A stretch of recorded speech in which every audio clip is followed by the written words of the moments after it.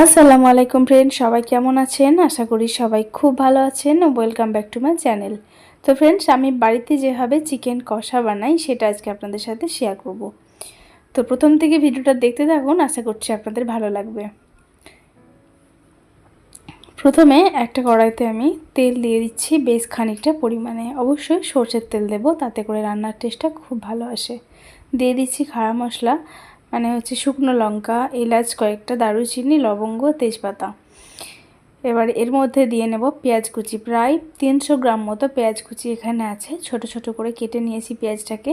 আর চিকেনটাকে এখন একটুখানি ম্যারিনেশন করে রেখে দেব। নুন, হলুদ, অল্প একটুখানি আদা রসুন বাটা আর সামান্য একটুখানি তেল দিয়ে 10 মিনিট মতো মেখে রেখে দেব। এইটুখানি ম্যারিনেশন করে রেখে দিলেই চিকেনটা খুবই সফট হয়ে যায়।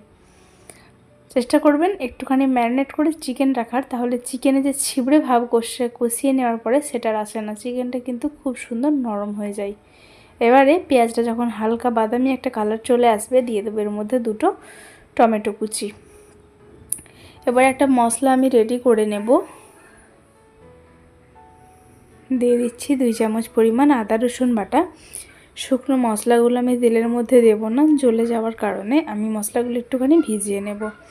চিকেনটা আমার ওখানে 1 কেজি 300 মতো চিকেন আছে, সেই জন্য আমি মশলাটা নিয়ে নিচ্ছি 1.5 চামচ পরিমাণ করে। হলুদ গুঁড়ো, কাশ্মীরি লঙ্কার গুঁড়ো, জিরে আর ধনে গুঁড়ো। ধনে গুঁড়োটা একটু কম দিলাম, বাকি সব মশলাগুলো একই পরিমাণ রেখেছি। ঝালের জন্য দিয়ে নিচ্ছি কাঁচা লঙ্কা বাটা 1 চামচ পরিমাণ। এবার ভালো মতো একটুখানি পানি দিয়ে মিশিয়ে নিচ্ছি এটাকে। এবার এই মশলার পেস্টটা আমি দিয়ে নেব তেলের মধ্যে, এতে করে খুব সুন্দর একটা টেস্ট আসে আর কষানোর সময় মশলাগুলো পুড়ে যায় না। তো এখন আমি মশলাটা তেলের মধ্যে দেওয়ার পরে খুব সুন্দর করে কষিয়ে নিচ্ছি। দিয়ে দিচ্ছি পরিমাণ মতো নুন। নুনটা দেওয়ার পরে ভালো মতো এই মশলাটাকে সুন্দরভাবে কষিয়ে নিতে হবে। আর ওই মশলাটা যে পাত্রে করেছিলাম একটুখানি ধুয়ে পানি দিয়ে নিলাম। এবারে এই মশলাটাকে ভালো মতো কষাতে হবে। যতক্ষণ বেশি সময় নিয়ে কষাবেন এই মশলার টেস্টটা কিন্তু তত সুন্দর আসবে। একটুখানি দিয়ে দিচ্ছি গুড়, আপনারা চাইলে এখানে চিনি দিতে পারেন।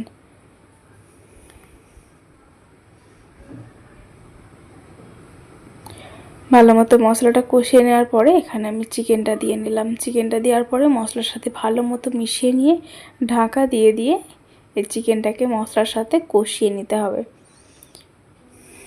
অবশ্যই হাই ফ্লেমে রাখবেন আর একটুক্ষণ পরপর খুলে নেড়ে দেবেন যাতে করে তলায় লেগে না যায়। আমি প্রায় 6 থেকে 8 মিনিট মতো কষিয়ে নিয়েছি। তারপরে দিয়ে নিচ্ছি 1 চামচ পরিমাণ গরম মশলা গুঁড়ো। এবারে দেখুন চিকেনটা কিন্তু পরিমাণে অনেকটা কমে গিয়েছে, যেহেতু এখন অনেকটা সেদ্ধ হয়ে গেছে। তো দেখুন একদম ঢাকা দিয়ে দিয়ে রান্না করেছি, এর মধ্যে কোনো পানি আমি ব্যবহার করিনি এখন অবধি। সুন্দর একটা টেক্সচার চলে এসেছে, কষানো ভালো মতো হয়ে গেছে। এই পর্যায়ে আমি ফুটন্ত গরম পানি এখানে দিয়ে নেব। যে কোনো রান্নাই আপনারা চেষ্টা করবেন ফুটন্ত গরম পানি ইউজ করার, তাহলে কিন্তু সেই রান্নার টেস্টটা অনেক সুন্দর থাকে। ফুটন্ত গরম পানিটা দেওয়ার পরে মিনিট 3 মতো ফুটিয়ে নিয়ে নামিয়ে নিয়েছি। আর দেখুন চিকেনের কালারটা কতটা সুন্দর এসেছে আর এত সুন্দর একটা স্বাদ হয়েছিল। আপনারা একবার বানিয়ে দেখতে পারেন এইভাবে। বাড়িতে আমি চিকেন কষা এইভাবে বানিয়ে নিই। তো ঝাল ঝাল একটা চিকেন কষা বানিয়েছিলাম। এই ছিল আমার আজকের রেসিপি। আপনাদের কাছে কেমন লাগলো? যদি ভালো লেগে থাকে অবশ্যই একটা লাইক, কমেন্ট, শেয়ার করে নেবেন। চ্যানেলটাকে সাবস্ক্রাইব করে নিয়ে পাশে থাকবেন। দেখা হবে পরবর্তী নতুন একটা ভিডিও নিয়ে। আপনারা ভালো থাকবেন, সুস্থ থাকবেন, সাবধানে থাকবেন।